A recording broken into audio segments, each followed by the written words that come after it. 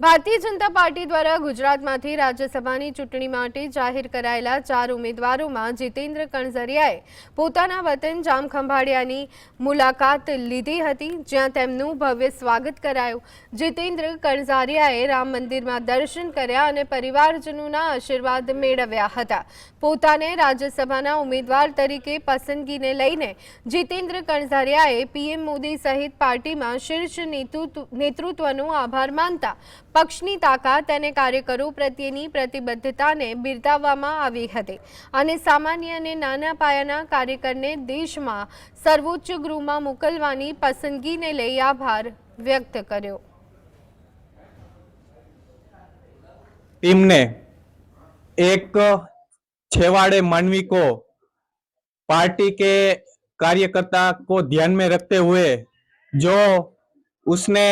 हमदर्दी जताई है और ये छोटे से कार्यकर्ता को इतनी बड़ी सम्मान देना, राज्यसभा के नॉमिनेट करना, वो बहुत बड़ी बात